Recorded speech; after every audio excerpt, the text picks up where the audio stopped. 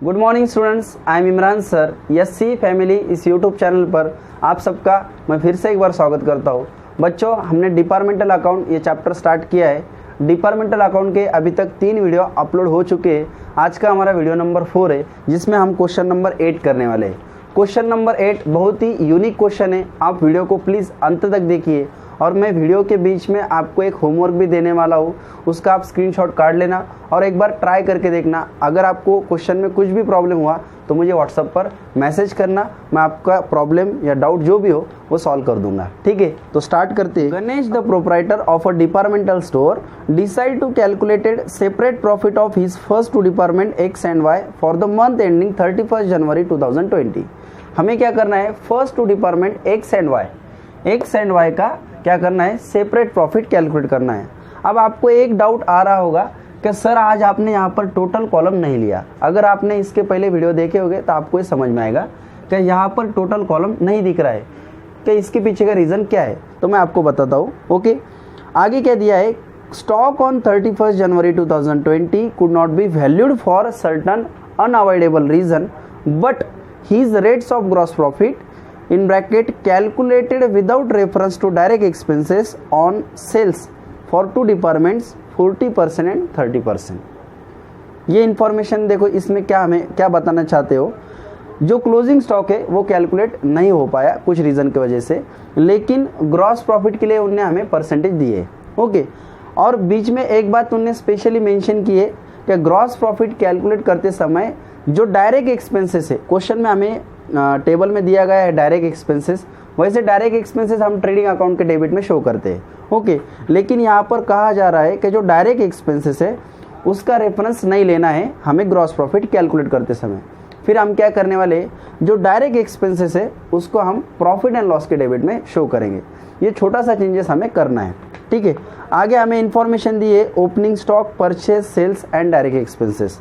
तो opening stock हमारा trading के डेबिट को जाता है, परचेज ट्रेडिंग के डेबिट को, सेल्स ट्रेडिंग के क्रेडिट को, डायरेक्ट एक्सपेंसेस ट्रेडिंग के डेबिट को जाता है, लेकिन इसमें कहा गया है कि डायरेक्ट एक्सपेंसेस वहाँ पर नहीं लेना है। फिर हम कहा लेंगे इससे प्रॉफिट एंड लॉस के डेबिट में। ओके, आगे हमें कुछ इन्फॉर्मेशन और दी है, indirect expenses for whole business containing 5 departments. देखो, मैंने शुरुआत में आपको बताया था कि ये सिर्फ फर्स्ट 2 डिपार्टमेंट का प्रॉफिट कैलकुलेट करने को हमें बता रहे, लेकिन इनके डिपार्टमेंट कितने हैं, तो पूरे बिजनेस के 5 डिपार्टमेंट से। ओके, पर हमें सिर्फ 2 डिपार्टमेंट के लिए प्रॉफिट कैलकुलेट करना है, इसलिए मैंने यहाँ पर टोटल कॉलम नहीं लिया। मैंने तुम्हें शुरुआत में ही बताया था, अगर हमें 5 डिपार्टमेंट कह रहे और पूरे 5 डिपार्टमेंट की इंफॉर्मेशन दे रहे, या 5 डिपार्टमेंट के लिए अकाउंट कैलकुलेट, नेट प्रॉफिट हो या नेट लॉस हो, कैलकुलेट करने के लिए कह रहे, तभी हमें यहाँ पर टोटल कॉलम लेना है, अदरवाइज टोटल कॉलम को स्किप करना है। इसलिए आज के क्वेश्चन में हमें क्या किया है, टोटल कॉलम को स्किप किया है। अब जो टोटल इनडायरेक्ट एक्सपेंसेस है for whole department, sorry whole business, मतलब 5 डिपार्टमेंट का उन्होंने हमें इनडायरेक्ट एक्सपेंसेस दिया है 8640। अब ये जो एडजस्टमेंट का हो या एडिशनल इन्फॉर्मेशन का हो, ये बहुत इंपॉर्टेंट है, इसे समझना बहुत ज़्यादा ज़रूरी है। पूरा एक्सपेंसेस है 8640 which is to be charge in the proportion to the departmental sales except 16। क्या कह रहे, जो 8640 इतना जो एक्सपेंसेस है, ये पूरा का पूरा हमें क्या करना है, ये जो एक्सपेंसेस है इसे हमें डिपार्टमेंटल सेल्स के बेसिस पे डिस्ट्रीब्यूट करना है, लेकिन 1/6 पार्ट छोड़कर। ठीक है, ये इन्फॉर्मेशन दी है। अब जो 1/6 पार्ट है उसे क्या करना है, which are to be divide equally. जो 1/6 पार्ट है उसे हमें डिवाइड करना है इक्वली बेसिस पे, और जो बाकी का रिमेनिंग बचा हुआ है उसे डिस्ट्रीब्यूट करना है सेलिंग बेसिस पे। आ रहा है आपके समझ में? तो इसके लिए हमें क्या करना है, एक वर्किंग नोट करना है। ठीक है, वर्किंग नोट में आपको ये बातें और अच्छी तरीके से समझ में आएंगी।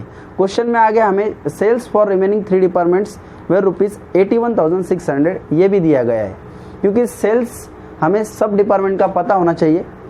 जो एक्सपेंसेस है उसे हमें सेलिंग बेसिस पे भी डिस्ट्रीब्यूट करना है, राइट। और कुछ एक्सपेंसेस जो है 1/6 पार्ट जो है वो हमें इक्वली बेसिस पे डिस्ट्रीब्यूट करना है। तो अब इसे हम कैसे डिस्ट्रीब्यूट करते हैं वो वर्किंग नोट में आपको मैं अच्छे तरीके से समझाता हूँ। ठीक है, अब हम वर्किंग नोट देखते हैं। आप वर्किंग नोट पूरी अच्छी तरीके से समझने की कोशिश करो। अगर आपको वर्किंग नोट समझ में आ गई तो ये पूरा का पूरा क्वेश्चन आपको समझ में आ जाएगा। अब जैसे कि हमें क्वेश्चन में बताया गया था कि पूरे कंपनी के 5 डिपार्टमेंट है। ओके, होल बिजनेस के डिपार्टमेंट कितने हैं? 5, कंटेनिंग 5 डिपार्टमेंट्स, राइट। और उनका टोटल इनडायरेक्ट एक्सपेंसेस है 8640। हमें सिर्फ x और y का इनडायरेक्ट एक्सपेंसेस निकालना है। 2 बेसिस पे उन्होंने डिस्ट्रीब्यूट किया है उसे, एक इक्वली बेसिस पे और एक सेलिंग बेसिस पे। जैसे कि क्वेश्चन में बताया गया था क्या total indirect expenses ₹8640 which is to be charge in the proportion to the departmental sales except as 1/6। मतलब क्या कि जो पूरा एक्सपेंसेस है 8640 वो हमें डिपार्टमेंटल के जो सेल्स है, डिपार्टमेंट के जो सेल्स है उसके बेसिस पे डिस्ट्रीब्यूट करना है, पर 1/6 पार्ट छोड़कर। ठीक है, यहाँ तक हमें समझ में आ रहा है। उसके बाद जो 1/6 पार्ट है, जो ये 1/6 पार्ट है, कितना है 1/6 पार्ट? 8640 के 1/6 पार्ट आता है 1440। यहाँ पर मैंने कैलकुलेट करके ऑलरेडी रखा है। ठीक है, तो इतना हमें बैलेंस मिल रहा है। जो 1/6 पार्ट है वो हमें पूरे के पूरे डिपार्टमेंट में इक्वली डिस्ट्रीब्यूट करना है। कि कैसा डिस्ट्रीब्यूट करना है? इक्वली। तो क्या करना है हमें? 1440 को अगर हम डिवाइड बाय 5 करते हैं, डिवाइड बाय 5, तो हमें डिपार्टमेंट एक्स के लिए 280, डिपार्टमेंट वाई के लिए 280, ऐसे ही और जो 3 डिपार्टमेंट है सबके लिए 280, 280 एंड 280 ऐसा बैलेंस डिस्ट्रीब्यूट करना है। ओके, तो 1440 की ये इक्वली बेसिस पे डिस्ट्रीब्यूशन हमने कर दिया।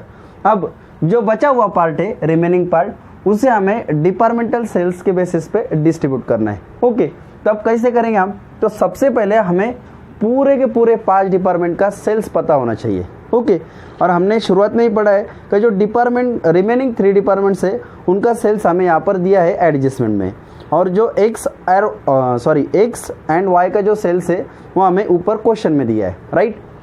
तो हम क्या करेंगे, सबसे पहले यहाँ पर डिस्ट्रीब्यूशन करने से पहले टोटल सेल्स कैलकुलेट कर लेंगे। टोटल सेल्स कैसे कैलकुलेट करना है? तो एक्स का सेल प्लस वाई का सेल्स और रिमेनिंग 3 डिपार्टमेंट का सेल्स, इनके हमें एडिशन करना है। अगर हम एडिशन करते हैं तो हमें बैलेंस मिलता है 1,44,000, राइट। अब हमें यहाँ पर टोटल सेल्स मिल गया।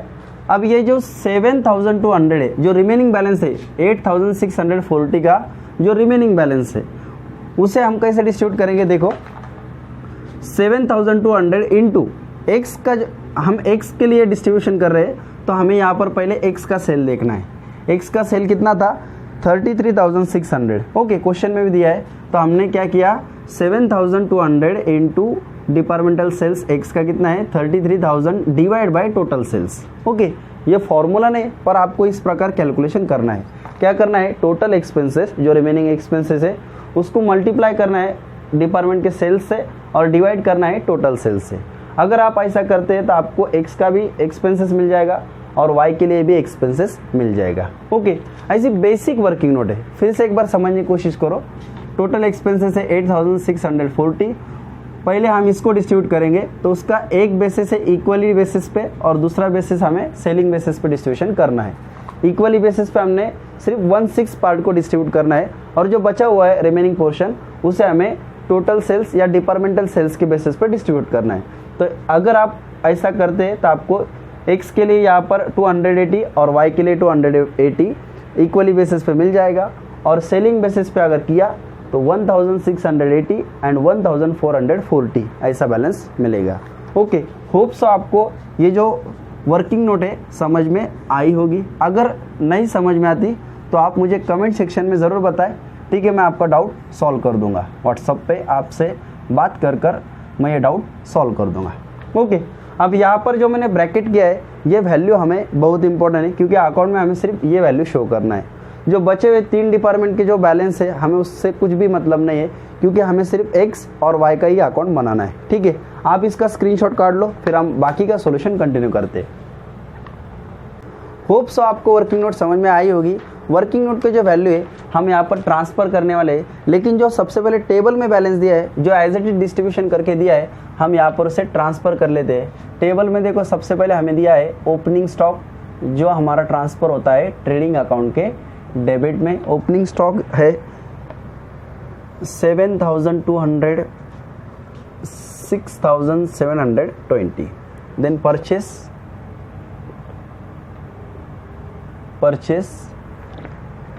21,600, 70,280.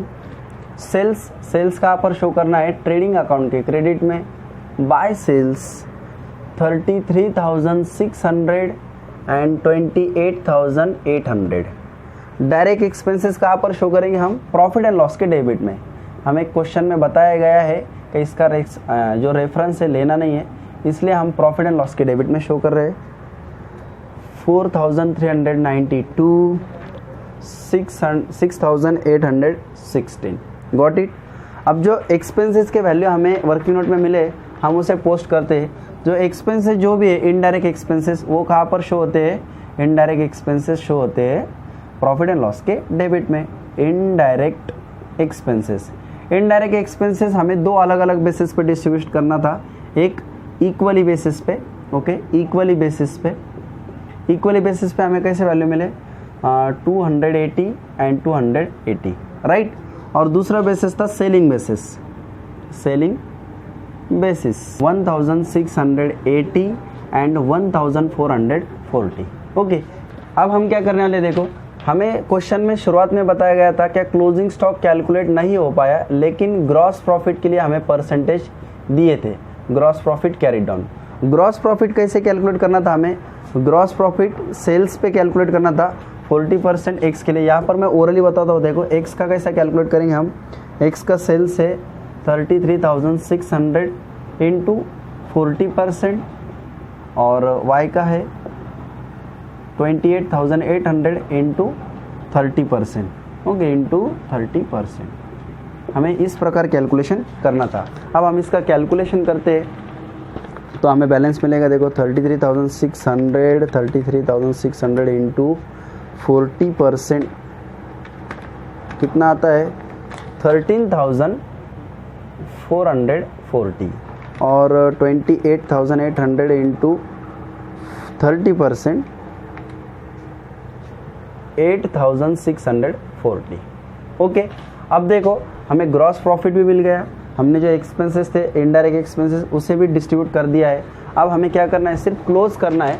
क्लोज कर देंगे तो हमें पूरा सॉल्यूशन कंप्लीट करते आएगा. ओके, तो अब क्या करते हैं, अभी तक हमने जो क्वेश्चन किए हैं उसमें हमें क्लोजिंग स्टॉक दिया होता था और हम डिफरेंस में ग्रॉस प्रॉफिट कैलकुलेट करते हैं. लेकिन आज क्या हुआ है, हमें ग्रॉस प्रॉफिट दिया है तो जो डिफरेंस आएगा उसे हम क्लोजिंग स्टॉक कहेंगे. ठीक है, अब इस टाइम हमारे डेबिट साइड ज़्यादा आनी चाहिए. ट्रेडिंग अकाउंट की डेबिट साइड ज़्यादा आने वाली है. देखते हैं. सबसे पहले department X 7,200 plus 21,600 plus 13,440 is equal to 42,240 minus करने वाले हैं 33,600, तो बैलेंस बचने वाला है 8,640.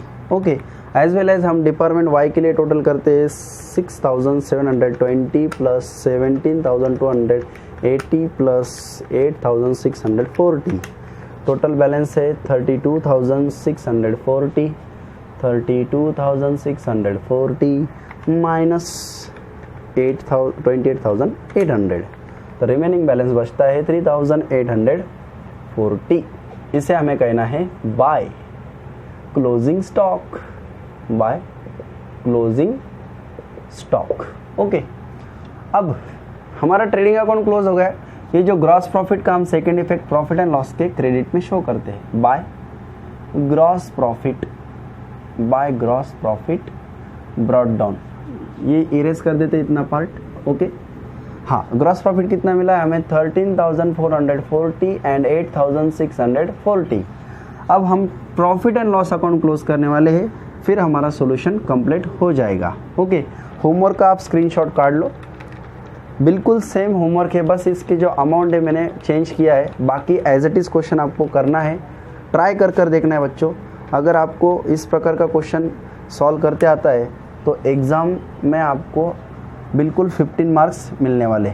ओके, 13,440 में से माइनस करना हमें 4,392 माइनस 280 माइनस 1680 कितने बचते हैं 7088 ओके। एंड डिपार्टमेंट वाई के लिए बैलेंस है 8640 माइनस 6816 माइनस 280 माइनस 1440 तो बैलेंस बचता है 104। इतना ही बैलेंस बचता है। इसे हमें कहना है to net profit carried down. Okay, इस प्रकार आज का हमारा सॉल्यूशन था। क्वेश्चन बिल्कुल डिफरेंट था। आपको अगर कुछ भी प्रॉब्लम हो तो आप कमेंट सेक्शन में ज़रूर बताएं, मैं आपका डाउट ज़रूर सॉल्व करने की कोशिश करूँगा। क्वेश्चन का जो सॉल्यूशन है इसका स्क्रीनशॉट ले लो। ओके, ठीक है। अगर आपको वीडियो पसंद आ रहे हैं, अगर ये वीडियो से आपको कुछ भी सीखने को मिल रहा है तो वीडियो को ज़रूर लाइक कीजिए, चैनल को सब्सक्राइब कीजिए और आपके फ्रेंड सर्कल में ज़रूर शेयर कीजिए, क्योंकि इस बार आपके पेपर ऑफलाइन होने वाले हैं और ऑफलाइन पेपर में आपको इस प्रकार सॉल्यूशन करना है। तो प्लीज़ बी सीरियस और वीडियो को ज़रूर शेयर कीजिए। Have a good day. Thank you.